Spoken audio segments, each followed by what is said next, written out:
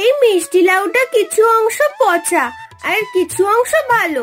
মাকে বলবো ভালোটুকু রান্না করতে। কি হয়েছে দাদা, এমন চিৎকার করছো কেন? শেষ সম্বল বলতে একটা খড়ের গাদা ছিল, সেটাও কেউ পুড়িয়ে দিল।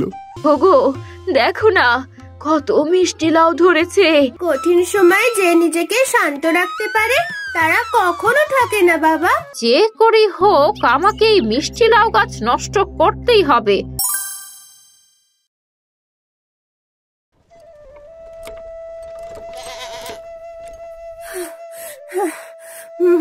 মা, ও মা, দুটো খেতে দাও গো। আজ মিলের সাথে খেলতে গিয়েছিলাম সরিষার মাঠে। আমি না তোরে দূরে কোথাও খেলতে যেতে নিষেধ করেছিলাম, ভুলে গেছিস? আর ঘরে তেমন কিছু তো রান্না করিনি, বাড়িতে গোল আলু ছিল সেটাই ভর্তা করেছি। আজ গরুটা বেঁচে থাকলে আমাদের না খেয়ে থাকতে হতো না। মা, একটু চলো না, কাকিমাদের বাড়িতে গিয়ে দেখি কাকি কি রান্না করেছে। এত করে যখন বলছিস তখন চল গিয়ে দেখি তোর কাকি কি রান্না করেছে।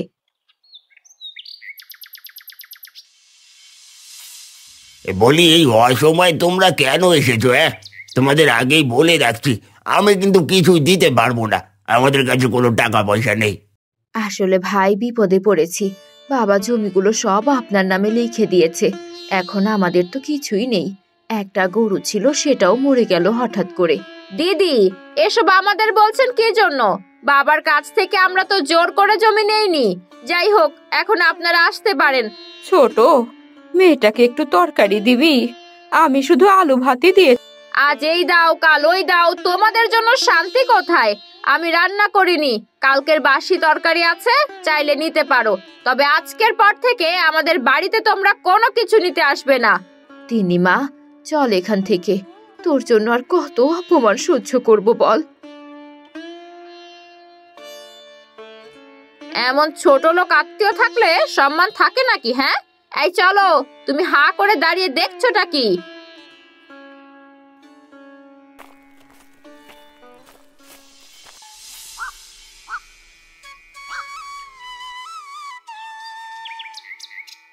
মন খারাপ করো না মা, আমি আলু ভর্তা দিয়েই খেতে পারবো, আর কখনো তোমাকে কারো বাড়ি কিচ্ছু চাইতে পাঠাবো না।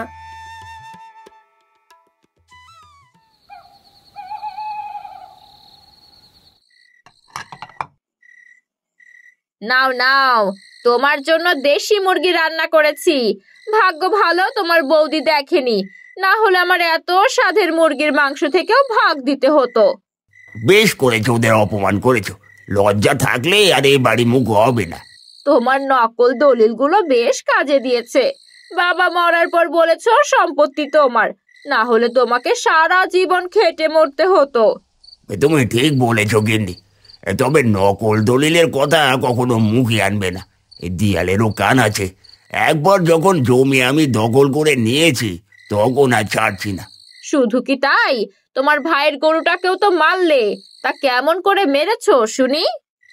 তবে শোনো, দাদার গরুটা অনেক দুধ দিত, সেটা আমার একদমই সহ্য হতো না, তাই সেদিন বাড়িতে কেউ না থাকায় পেয়েছি সুযোগ। আজকে বাড়িতে কেউ নেই, এই সুযোগে গরুটাকে মারতে হবে। কি করি? মনে পড়েছে, বাড়িতে ফসলে দেওয়ায় বিষ আছে, সেটাই দেব গরুর খাবারের ভেতর। গদাই তার বাড়িতে আসে, ঘর থেকে বিষের শিশি নেয়, এরপর আবারও গরুর কাছে যায়। এবার বিষ মাখানো খড় খেয়ে মর, দাদার অনেক উপকার করেছিস, এবার দেখি দাদা কেমন করে চলে। আমি কিছুতেই দাদাকে আমার থেকে ধনী হতে দেব না, ভালোভাবে চলতে দেব না।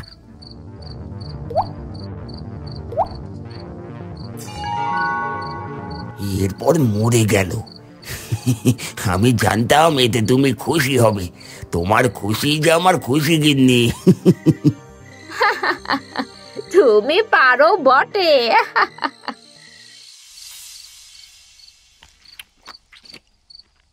মা, আলু ভর্তা মনে হয় নষ্ট হয়ে গেছে, সকালে করেছিলে, এটা কিভাবে খাবো?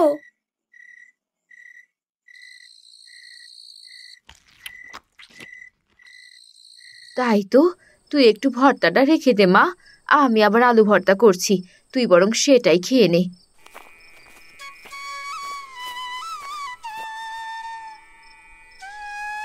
ও গিন্নি, একটু জল দাও দেখি, গলাটা শুকিয়ে কাঠ হয়ে গিয়েছে। এই নাও জল। তোমাকে এমন চিন্তিত কেন দেখাচ্ছে? আর বলো না গিন্নি, সারাদিন কাজ খুঁজছি, একটাও কাজ পেলাম না। এদিকে বাড়িতে যা খাবার আছে তা হয়তো 2 দিন চলবে, এরপর যে কি করব, তার উপর আমার গরুটাও মরলো। আমাদের গরু কত দুধ দিত, আমার মনে হয় কেউ ইচ্ছা করে আমাদের গরুকে কিছু খাইয়ে মেরে ফেলেছে। এমন কথা বলিস না মা, এতে বিধাতা রাগ করেন। না জেনে কিছু বলতে নেই। যাই হোক, ওগো তুমিও খাবার খেয়ে নাও দেখি।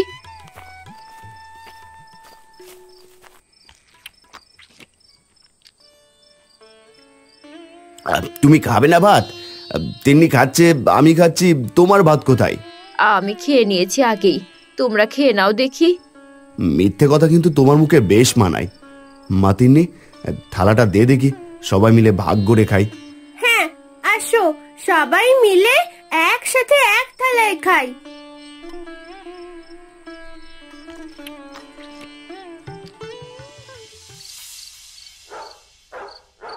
বাবা, এই রাতের বেলা তুমি আবার কোথায় চললে?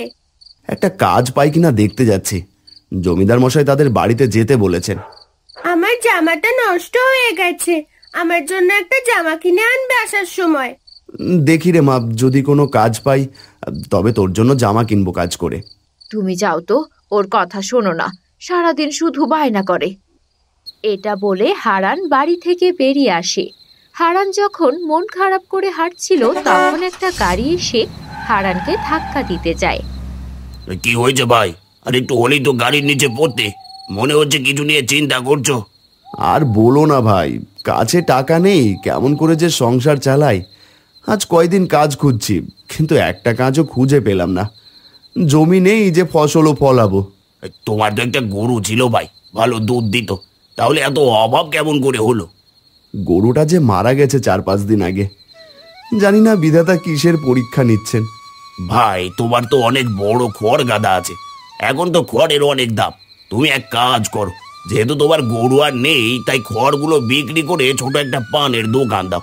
এখন পানের অনেক দাম, পরে আস্তে আস্তে দোকানটা বড় করো। বুদ্ধিটা খারাপ নয়। ধন্যবাদ ভাই, আমি ভালো খদ্দের পেলে খড়গুলো বিক্রি করে দেব। আজ আসি। খড় বিক্রি করে পানের দোকান দেবে? আমি তো সেটা হতে দেব না। কিছু একটা ভাবতে হবে, বাড়ি গিয়ে গিন্নির সাথে আলোচনা করি।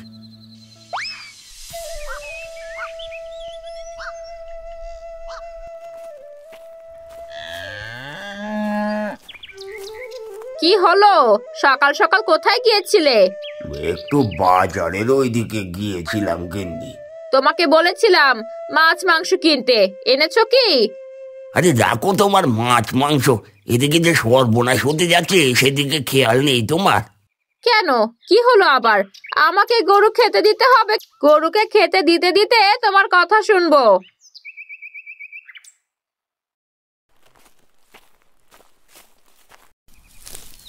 গিন্নি, দাদা নাকি তার খড়গুলো বিক্রি করে পানের দোকান দেবে। তাহলে তো দাদা আবার সচল হয়ে উঠবে, তখন আমার এতদিনের পরিশ্রম বৃথা যাবে। কি বলছো?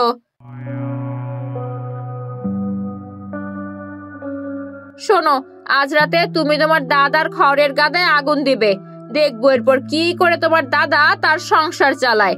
বাহ, তোমার মাথায় যে অনেক বুদ্ধি। তবে আমাদের যা করার সাবধানে করতে হবে, আর অনেক রাতে করতে হবে, যাতে কেউ টের না পায়।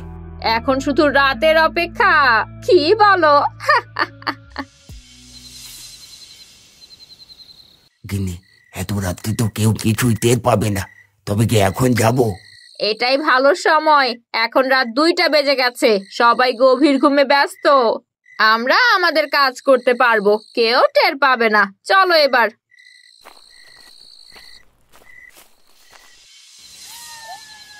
গিন্নি, তুমি এখানে দাঁড়াও, আমি খড়ের গাদায় আগুনটা জ্বালিয়ে আসছি।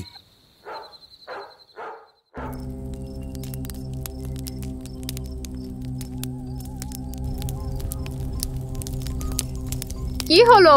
হা করে কি দেখছো? তাড়াতাড়ি বাড়ি চলো, না হলে ধরা খেয়ে যাবো তো। হাসছি, এবার চলো এখন তাড়াতাড়ি। এ কি, এত গরম লাগছে কেন? মনে হচ্ছে আগুনের তাপ আসছে। বাইরে মনে হচ্ছে কিছুতে আগুন লেগেছে। চারিদিক আলো আলো হয়ে গেছে। বাবা, মা, ও বাবা, ওঠো না। কি হয়েছে মা? ডাকছিস কেন এমন করে? এত রাতে এ কি? বাইরে এমন আলো কেন রে? আমাদের খড় গাদা ঠিক আছে তো? তাড়াতাড়ি চলো। হাই হাই হাই, এটা কি সর্বনাশ হলো রে! শেষ আশাটাও জ্বলে গেল। আমার ঘরের গাদায় আগুন দিল কে? হাই, কে কোথায় আছো? আমাদের একটু সাহায্য করো।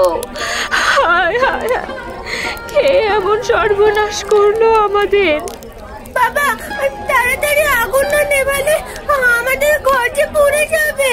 মা, চলো পুকুর থেকে জল এনে আগুন নেভাই। তাদের কান্নাকাটিতে আশেপাশের কিছু লোক জমা হয়। সবাই নদী থেকে জল এনে খড়ের গাদায় ছেটায়। অবশেষে আগুন নিভে যায়। যাক, শেষ পর্যন্ত আগুন নেভাতে পারলাম। হে বিধাতা, তুমি এত কিসের পরীক্ষা নিচ্ছ আমাদের থেকে? আপনাদের সবাইকে অনেক ধন্যবাদ। আপনারা না থাকলে আজ আগুন নেভাতে পারতাম না।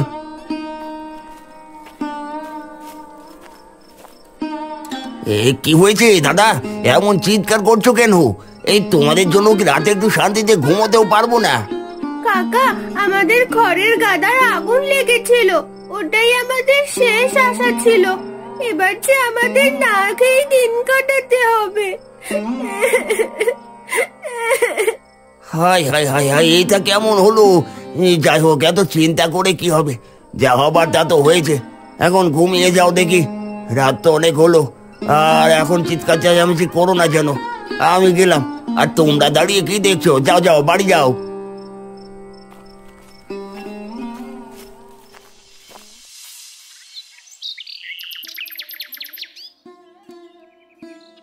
মারে, আমি মিনতি দিদির বাড়িতে কাজ করে 2 কেজি চাল এনেছি। তোর বাবার হাতে কোনো কাজ নেই। তরকারি কি রান্না করি বল দেখি?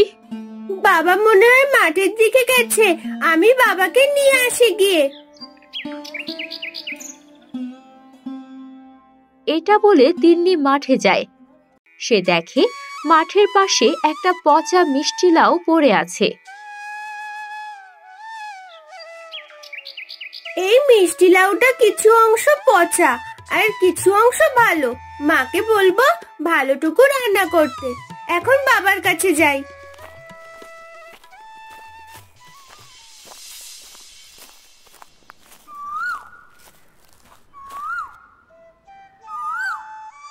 ও হানান ভাই, এভাবে মাঠের কোণে বসে আছো কেন? আমি এক গরিব বাবা। অনেক কষ্ট করে 2 পয়সা রোজগার করি। অনেক কষ্টে পরিবার চালাই। একটা গরু ছিল, বেশ কিছুদিন হলো সেও মারা গেছে। শেষ সম্বল বলতে একটা খড়ের গাদা ছিল, সেটাও কেউ পুড়িয়ে দিল। এখন আমি আর আমার পরিবার কিভাবে চলবো? কেঁদো না হারান ভাই, সৃষ্টিকর্তা একজন আছেন, তিনিই দেখবেন। এই বাড়ি যাও, আমি আসি গো।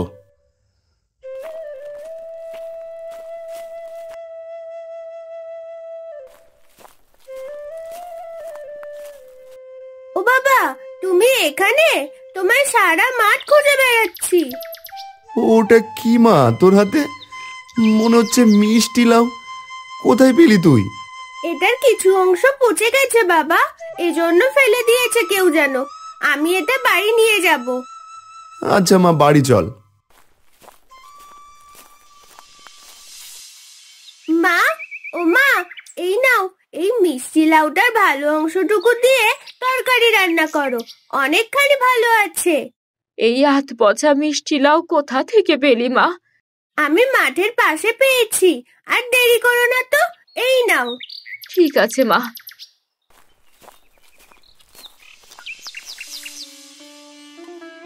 এই পচা অংশ ঘরের কাছে ফেলে দিয়ায়। দেখ, মিষ্টি লাউটার অনেকগুলো বীজ আছে। ঠিক আছে মা, আমি তবে এটা ফেলে দিয়ে আসি। তুমি তাড়াতাড়ি রান্না করো, সন্ধ্যা হতে চললো যে।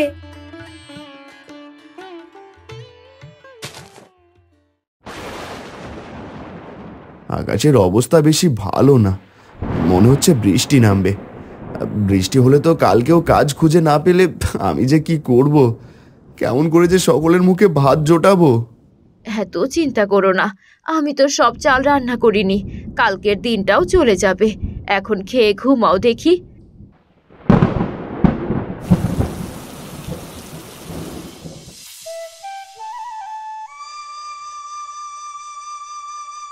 মা বাবা, কাল সারা রাত বৃষ্টি নেমেছে, এখনো বৃষ্টি কম হলো না।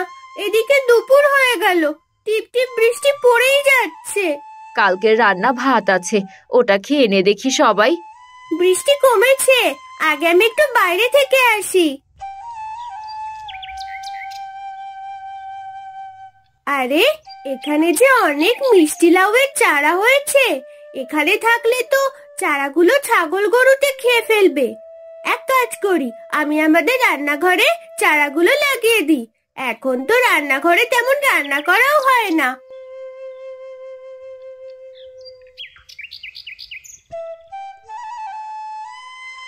তোদের এখানে লাগিয়ে দিলাম, জানালাটা তো সবসময় খোলাই থাকে, এখান দিয়ে ভালো রোদ আসবে। এত সময় কোথায় ছিলি মা? তোর জন্য ভাত না নিয়ে অপেক্ষা করছে তোর বাবা। কাল যে মিষ্টি লাউ এনেছিলাম, বৃষ্টির জল পেয়ে তার বীজ থেকে চারা গজিয়েছে, কিন্তু ওখানে থাকলে ছাগলে গরুতে খেয়ে ফেলবে। এই জন্য আমাদের রান্নাঘরে লাগিয়ে দিয়েছি। আমি রোজ চারাগুলোর যত্ন নেব। তা বেশ করেছিস মা, বৃষ্টি যেহেতু কম হয়েছে, আমি বাইরে গিয়ে দেখি কোনো কাজ পাই কিনা। এরপর সবাই খেতে শুরু করে। খাওয়া শেষে হারান কাজ খুঁজতে চলে যায়। এরপর কেটে যায় কয়েক মাস। তিন্নির লাগানো মিষ্টি লাউ গাছ বড় হয়ে অনেক মিষ্টি লাউ ধরেছে এখন। ওগো, দেখো না কত মিষ্টি লাউ ধরেছে, এবার আমাদের অভাব চলে যাবে। এখন মিষ্টি লাউয়ের অনেক চাহিদা, দামও বেশি, আর না খেয়ে থাকতে হবে না। কথাটা মন্দ বলনি, আজ মেয়েটা বুদ্ধি করে রান্নাঘরে মিষ্টি লাউ লাগিয়েছিল, আর তিন্নির জন্যই তো রান্নাঘরে এত মিষ্টি লাউ ধরেছে। বাবা, তুমি আমাদের যে ভাঙা ঠেলা গাড়ি আছে, ওটাতে করে মিষ্টি লাউ বিক্রি করতে নিয়ে যাও দেখি। ঠিক আছে, কিছু মিষ্টি লাউ তোলো, নিজেদের জন্য কিছু রেখে বাকিগুলো বিক্রি করতে নিয়ে যাই।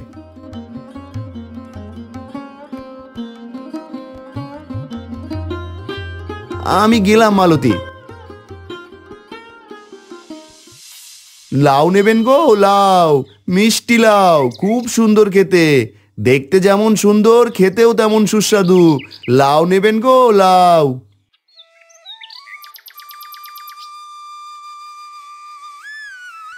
বাবা, তোমার মিষ্টি লাউগুলো তো খুব সুন্দর দেখতে, মনে হচ্ছে খেতেও ভালোই হবে। আমাকে একটা মিষ্টি লাউ দাও দেখি। এই নিন বুড়িমা, একটা মিষ্টি লাউ 50 টাকা। নাও বাবা, ভালো হলে তোমার থেকে আবার মিষ্টি লাউ নিতে আসবো। আমি আসি।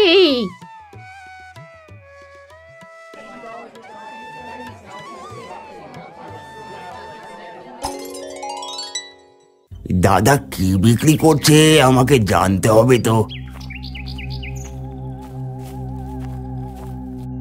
দাদা, কি বিক্রি করছো তুমি ঠেলা গাড়িতে করে? চোখের পলকে দেখি বিক্রি অনেকগুলো হয়ে গেল।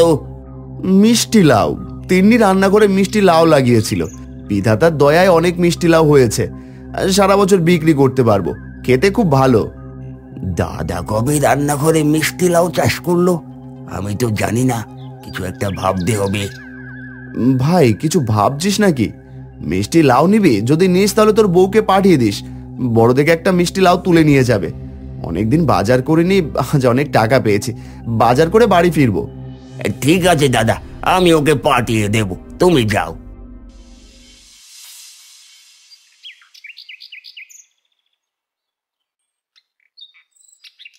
ও গিন্নি, বলি ও গিন্নি, শুনছো? বলি ভর দুপুরে ডাকাত পড়লো নাকি? এমন করে ডাকছো কেন? দাদা মিষ্টি লাউ চাষ করেছে গো, বেশ লাভ হচ্ছে মিষ্টি লাউয়ে। আমাদের এত জমি থেকে কি করলাম বলো তো? কি বলছো তুমি? ওদের জমি নেই, তাহলে কোথায় চাষ করলো মিষ্টি লাউ? কোথায় আবার, দাদাদের রান্নাঘরে মিষ্টি লাউ করেছে। বলছি সারা বছর মিষ্টি লাউ বিক্রি করলেও নাকি পুরোবে না। আমাদের কিছু একটা করতে হবে। তার আগে বিকেলে গিয়ে দেখে আসি তোমার দাদাদের রান্নাঘরে মিষ্টি লাউ কেমন হয়েছে।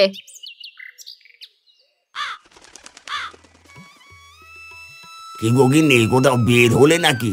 যাই তোমার ভাইয়ের বাড়ি, গিয়ে দেখে আসি কেমন মিষ্টি লাউ চাষ হলো।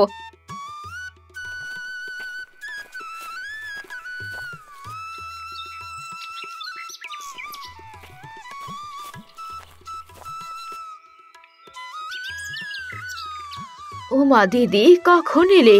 কই গো, তোমার ভাই বউ এসেছে?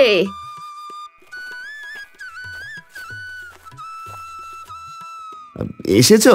গিন্নি, ঘরে যে বড় মিষ্টি লাউটা আছে ওটা ছোট বউকে দাও। এই নাও দিদি, তোমাকে টাকা দিতে হবে না, বাড়ি গিয়ে রান্না করো। অনেক বড় হয়েছে দেখছি লাউগুলো। তোমাদের রান্নাঘরের ভেতরে চাষ করেছো দেখছি এই মিষ্টি লাউ। হ্যাঁ দিদি, ফলনও বেশ ভালো হয়েছে। তা তো দেখছি, আমি আজ আসি।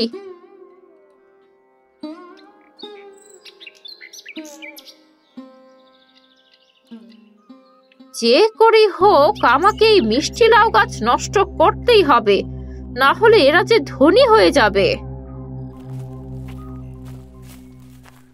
মা, এত বড় মিষ্টি লাউটা কাকিমাকে দিয়ে দিলে?